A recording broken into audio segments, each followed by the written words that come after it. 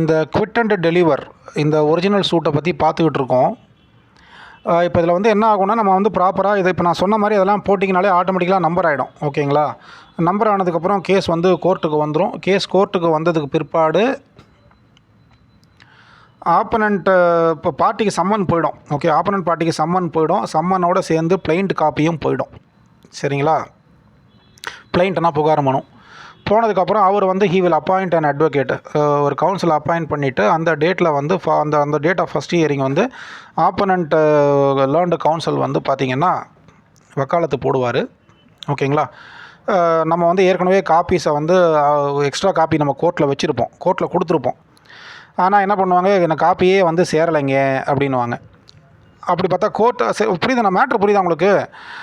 அதாவது நம்ம ப்ராப்பராக கேஸை போட்டாச்சு, ப்ராப்பராக கேஸ் நம்பர் ஆகிடுச்சு, சம்மன் ஆப்பரண்ட் பார்ட்டிக்கு சர்வ் ஆகிடுச்சு, சம்மனோடு சேர்ந்து பிளைண்ட் காப்பியும் வந்து டிஃபெண்டண்ட்டுக்கு கொடுத்தாகணும். அதான் ரூல்ஸு. முக்கால்வாசி வந்து டிஃபெண்டண்ட்டுக்கு வந்து பார்த்திங்கன்னா சம்மனோடு சேர்ந்து பிளைண்ட் காப்பியும் அனுப்பப்படும். சில நேரங்களில் அனுப்பப்படாமல் விட்டுருக்கலாம். அப்போ வந்து என்ன ஆகும், I have received only the வக்காலத்து, I have not received the plaint, எனக்கு என்ன புகார்னு எனக்கு தெரியலன்னு சொல்லிட்டு டிஃபெண்டன்ட் கவுன்சில் வந்து சொல்லும் பொழுது அப்போ வந்து என்ன பண்ணணும், நம்ம தான் பிளைண்ட் காப்பி எடுத்து அவங்களுக்கு ஒரு காப்பி கொடுக்கணும். கரெக்டுங்களா? அப்போ நம்ம கையில் கட்டில் ரெடியாக வச்சுருக்கணும் நம்ம. அப்போ என்ன, இல்லை சார் நான் தான் ஏற்கனவே எல்லாத்தையும் கோர்ட்டில் கொடுத்துட்டேனே அப்படின்னா, கோர்ட்டில் வந்து என்ன பண்ணுவாங்க, இந்த பெஞ்சில் இருக்க ரெக்கார்ட் கிளர்க்கு வந்து சில நேரங்கள் அதை மிஸ்பிளேஸ் பண்ணுறதுக்கு வாய்ப்பு உண்டு, பண்ணியிருப்பாங்க. சில நேரத்தில் என்ன சொல்கிறது, சில நேரத்தில் தொலைக்கலாம், இல்லை வேறு எங்கேயோ எடுத்து வச்சுருக்கலாம்.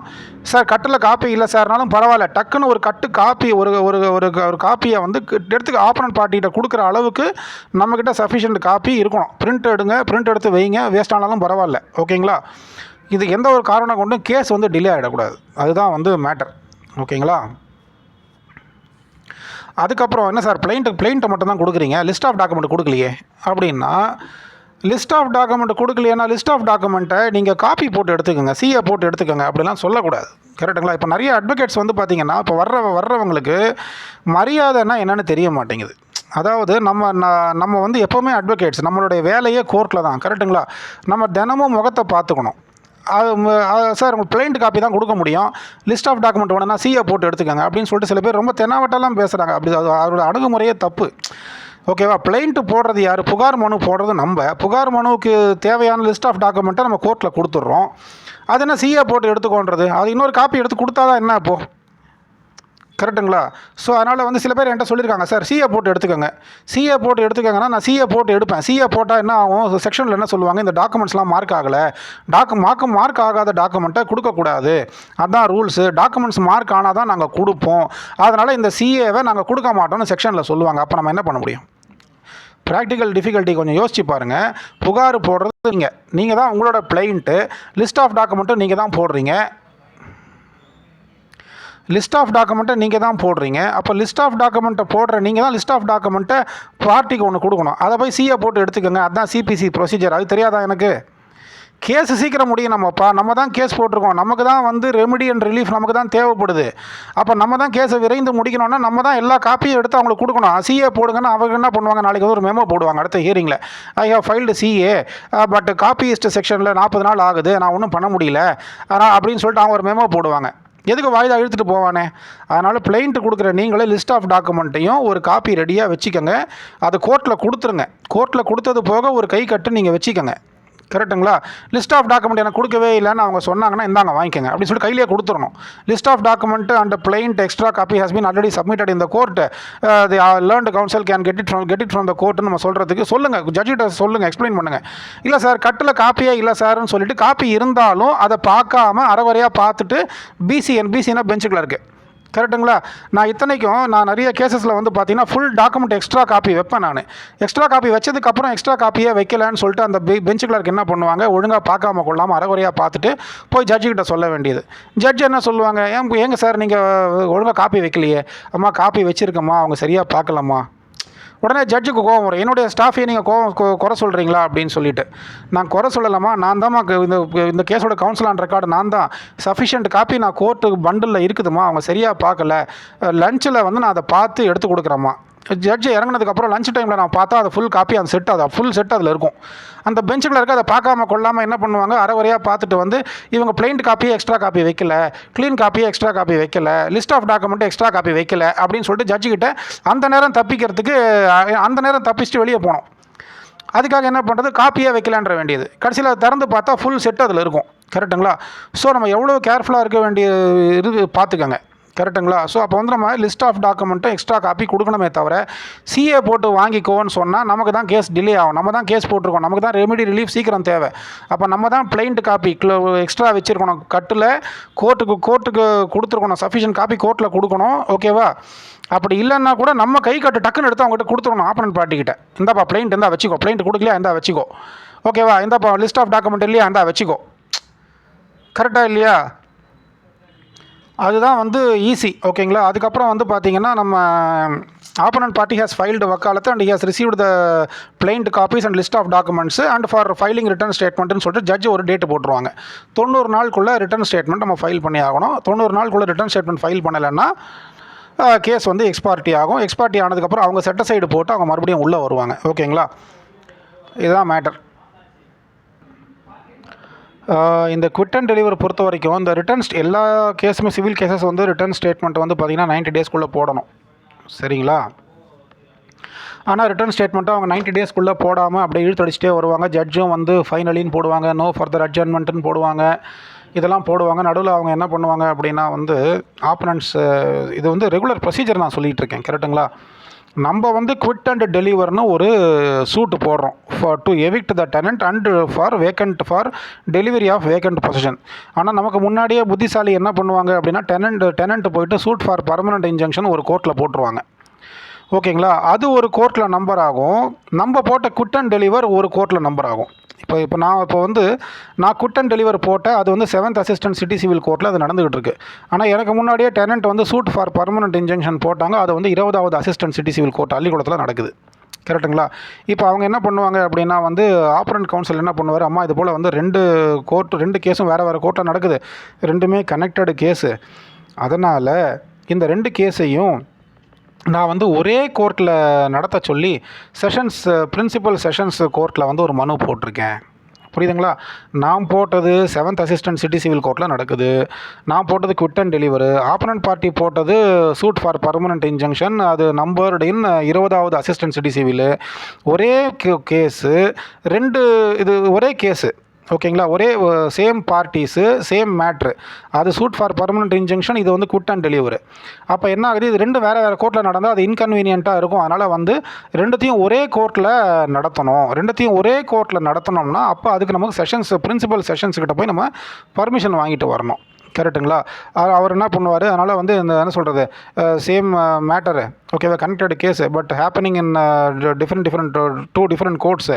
அதனால் வந்து நான் வந்து இது வந்து என்ன சொல்கிறது, ட்ரான்ஸ்ஃபர் ஓபி போட்டிருக்கேன், ட்ரான்ஸ்ஃபர் ஒரிஜினல் பெட்டிஷன் போட்டிருக்கேன், filed in principal sessions judge, principal sessions court அப்படின்னு சொல்லிட்டு அவங்க வந்து ஒரு மெமோவை கொண்டு வந்து போடுவாங்க. சரி, மெமோவை போடுறீங்க, ஓகே ரைட்டுன்னு சொல்லிட்டு ஜட்ஜ் அதை வாய்தா கொடுப்பாங்க.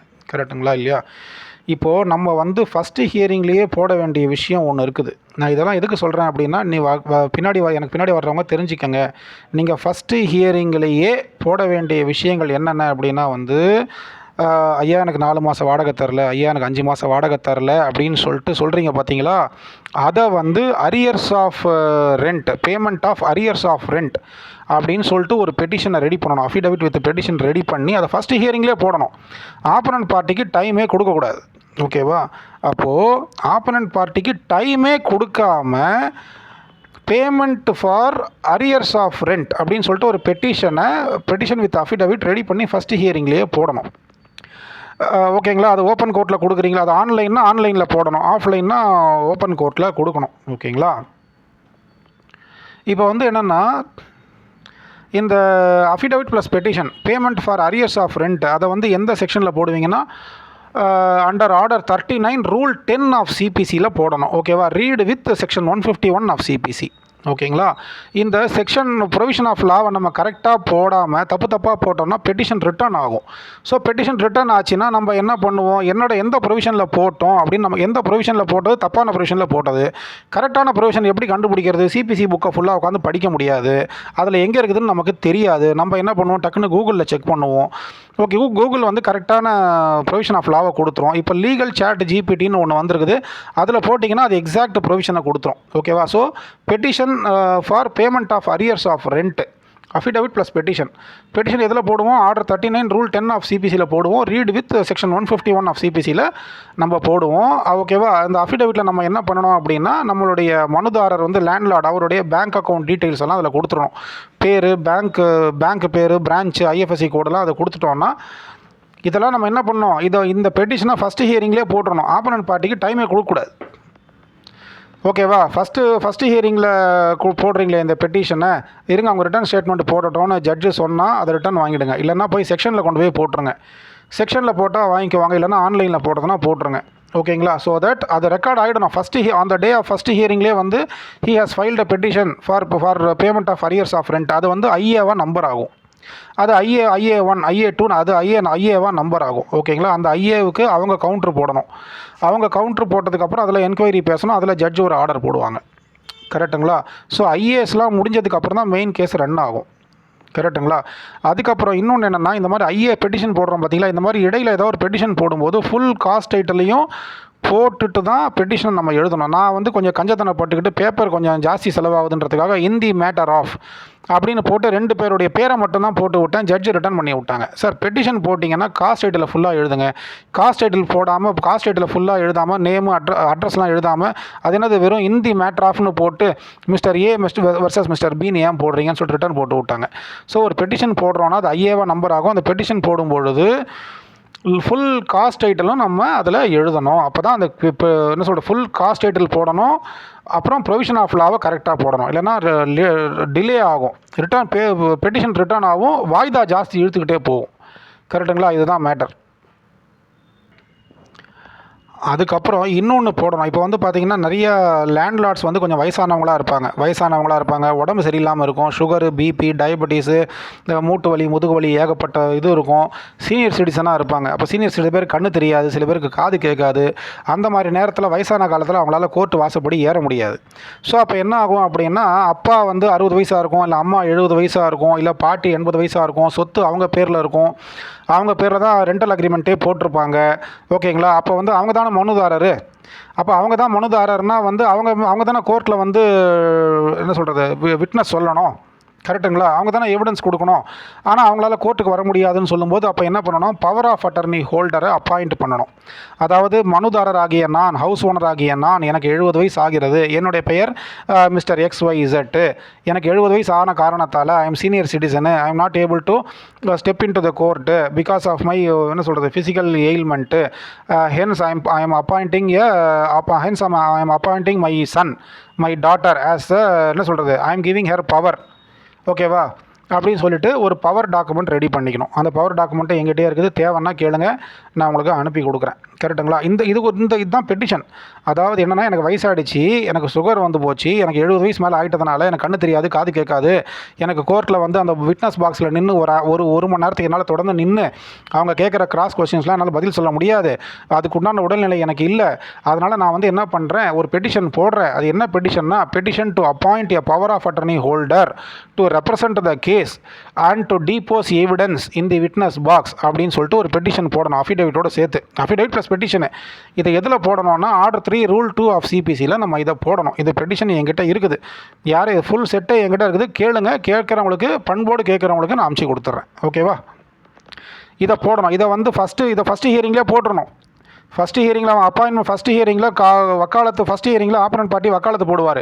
நம்ம காப்பீஸை அவங்களுக்கு கொடுப்போம். ஓகேங்களா. கோர்ட்டே அவங்களுக்கு காப்பீஸை கொடுத்துரும். ஓகேவா. பிளைண்ட் காப்பி கோர்ட்டு கொடுத்துரும், லிஸ்ட் ஆஃப் டாக்குமெண்ட் கொடுத்துரும். ஃபஸ்ட்டு ஹியரிங்கில் ஏன் சார் போடுறீங்க, அடுத்த ஹியரிங்கில் போடுங்க ஜட்ஜு சொன்னாங்கன்னா கொண்டு போய் செக்ஷனில் போட்டுருங்க. இல்லை ஆன்லைனில் போடுறதுனா ஆன்லைனில் போட்டுருங்க, இல்லை 2வது ஹியரிங்கில் போடுங்க. ஓகேவா. அப்படி 2வது ஹியரிங்கில் போடுறீங்கன்னா petition for arrears of rent போடணும். Under order 39 rule 10 of CPC, read with 151 CPC. அந்த பெட்டிஷனும் போடணும், அன்றைக்கே போடணும். And power to appoint petition to appoint a power of attorney holder to represent the case and to depose evidence in the witness box. இந்த petition to be filed under order 3 rule 2 of CPC to be filed under order 3 rule 2 of CPC இதையும் போட்டு விட்றணும். அப்போ என்ன ஆச்சு, ஏற்கனவே அது ஒரு IA இது ஒரு ஐஏ, ரெண்டு ஐஏ ஆகும். அப்போ அவங்க என்ன பண்ணுவோம், ரெண்டு அந்த ஒரு ஐஏக்கு கவுண்டர் போடணும். பெட்டிஷன் ஃபார் அரியர்ஸ் ஆஃப் ரெண்ட்டுக்கு ஒரு கவுண்டர் போடணும் ஐஏக்கு. இது ஒரு petition to appoint power of attorney holder to represent the case, இது ஒரு ஐஏ, இதுக்கு ஒரு கவுண்டர் போடணும். அப்புறம் மெயின் பிளைண்ட்டுக்கு ரிட்டர்ன் ஸ்டேட்மெண்ட் போடணும். மூணுத்தையும் அட் அ டைமில் போட்டால் என்ன ஆகும், ஆப்பனன்ட் பார்ட்டி மூணுத்தையும் ரெடி பண்ணி கொண்டு வந்து போடணும். அவங்க ஆப்பனன்ட் பார்ட்டி எப்படியும் வந்து வாய்தா வாங்கிட்டு போடணும், அதை பற்றி மேட்டர் கிடையாது. ஆனால் நம்ம சைடில் நம்ம துரிதமாக செயல்பட்டுட்டோம்னா நமக்கு கேஸ் சீக்கிரம் முடியும். இவ்வளோதான் விஷயம்.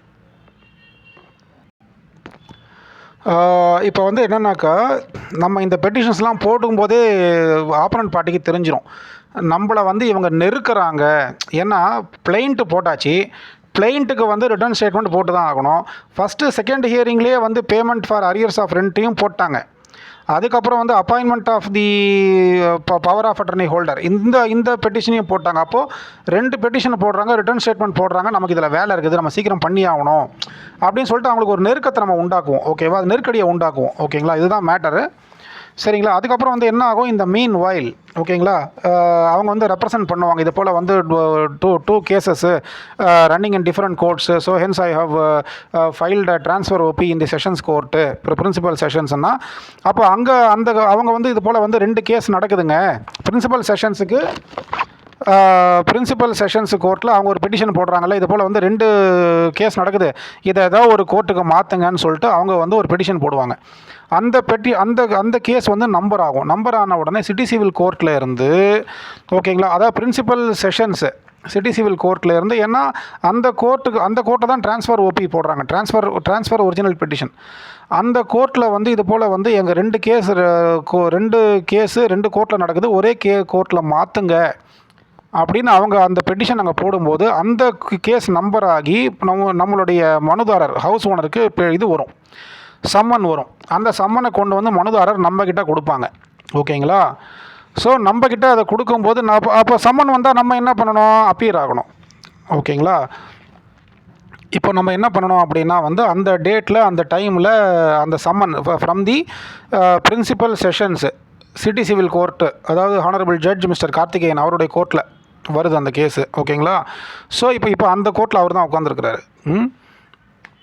இன்றைக்கி என்ன டேட், இன்றைக்கி 14/1/2026. ஓகேங்களா. நான் எதுக்கு சொல்கிறேன் அப்படின்னா, அந்த சம்மன் வந்து பிரின்சிபல் செஷன்ஸ் சிட்டி சிவில் கோர்ட்லேருந்து சம்மன் வந்து பார்ட்டிக்கு போய்டும். பார்ட்டி வந்து யார், ஹவுஸ் ஓனர், லேண்ட்லார்டு. அவர் அந்த சம்மனை கொண்டு வந்து நம்மகிட்ட கொடுத்துருவாங்க. நம்ம வந்து என்ன பண்ணணும் அப்படின்னா அந்த டேட்டில் அந்த டைமில் போய் கோர்ட்டில் போய் ஆஜராகிடணும். ஓகே. செஷன்ஸ் கோர்ட்டு கொஞ்சம் பெரிய கோர்ட்டு. ஓகேங்களா. நிறைய கேசஸ் வரும். ஃபஸ்ட்டு கிரிமினல் கேசஸ் கூப்பிடுவாங்க, சிவில் கேசஸ்லாம் ரொம்ப லேட்டாக தான் கூப்பிடுவாங்க. ஏன்னா கிரிமினல் கேஸ் முடியறதுக்கே 12 மணி ஆகிடும், 12:30 ஆகிடும் காலிங்கு. அதுக்கப்புறம் தான் சிவில் கேசஸ் கூப்பிடுவாங்க. சிவில் கேசஸ் கூப்பிடும்பொழுது நம்ம போய் ஜட்ஜுக்கிட்ட விலாவாரியாக எக்ஸ்பிளைன் பண்ணணும். இது போல் வந்து தேர் ஆர் 2 கேசஸ் ஹேப்பனிங், 2 பேரும் சேம் பார்ட்டி, ஆனால் 2 கோர்ட்டில் நடக்குதுங்க ஐயா, அதுக்கு தான் அவங்க ட்ரான்ஸ்ஃபர் ஓபி போட்டிருக்காங்க, இதுக்கு நீங்கள் கவுண்டர் போடுங்க அப்படின்னு சொல்லிட்டு ஜட்ஜு சொல்லுவார். ஐயா நான் இப்பயே நோ அப்ஜெக்ஷன் கொடுத்துட்றேன் அப்படின்னு நீங்கள் சொல்லணும். ஏன்னா வாடகைதாரர், அதான் லேண்ட்லார்ட் அண்ட் டெனண்ட், அவங்க போட்டது சூட் ஃபார் பர்மனெண்ட் இன்ஜங்ஷன், நம்ம போட்டது குவிட் அண்ட் டெலிவர். இந்த 2 கேஸையும் ஒரே கோர்ட்டில் மாற்றுங்கன்னு அவங்க தான் பெட்டிஷன் போடுறாங்க, ட்ரான்ஸ்ஃபர் ஓபி போடுறாங்க செஷன்ஸில். அப்போ நம்ம என்ன பண்ணணும், அங்கே போய் அதுக்கு கவுண்டர் போட்டுட்டு அதுக்கு டைம் வலிக்கக்கூடாது. நம்ம என்ன பண்ணணும், அங்கே போய் ஜட்ஜிட்ட எக்ஸ்பிளைன் பண்ணிவிட்டு, ஆமாம் இந்த 2 பேரும் ஒரே பார்ட்டிஸ் தான், 2 கோர்ட்டில் நடக்குது, அதனால் இதை உங்கள் இஷ்டப்படி நீங்கள் எந்த கோர்ட்டில் மாற்றுறீங்களோ மாற்றுங்க அப்படின்னு சொல்லிட்டு நான் இப்பயே நோ அப்ஜெக்ஷன் கொடுத்துட்றேன்னு சொல்லிட்டு என்ன பண்ணணும், பெஞ்சு கிளார்க்கு வந்து ஒரு இது பிளைண்ட் காப்பி கொடுப்பாங்க, அந்த கோர்ட்டு காப்பியை கொடுப்பாங்க, கோர்ட்டில் வாங்கி நோ அப்ஜெக்ஷன் சொல்லிட்டு என்டார்ஸ்மெண்ட் பண்ணி அன்றைக்கே முடிச்சு விட்றணும். இதை வந்து ஒரு 3-4 ஹியரிங் இழுத்துட்டு போகக்கூடாது. ஓகேவா. நமக்கு தேவை என்னன்னாக்கா நம்முடைய பார்ட்டியினுடைய ஃபாஸ்டஸ்ட் ரெமெடி தான் நம்ம யோசிக்கணும். ஸோ அப்போ என்ன ஆகும்னா, அப்போது நம்ம நோ அப்ஜெக்ஷன் சொல்லிவிட்டு என்டார்ஸ் பண்ணிட்டோம் அப்படின்னா ஜட்ஜு வந்து அதை ஒரு கோர்ட்டுக்கு மாற்றி விட்ருவார். ஜட்ஜு அதை வந்து 2 கோர்ட்டில் ஏதோ ஒரு கோர்ட்டுக்கு மாற்றி விட்டாருன்னா ஆட்டோமேட்டிக்கலி அது என்ன ஆகும்னா அந்த கேஸ் பண்டில் ஒரு கோர்ட்லேருந்து இன்னொரு கோர்ட்டுக்கு என்டையர் கேஸ் பண்டில் வந்துடும். ஸோ அப்போ 2 கேஸும் ஒரே கோர்ட்டில் இனிமேல் நடக்கும். இதுதான் மேட்டர். ஓகேவா. மீதி அடுத்த வீடியோவில் பார்க்கலாம்.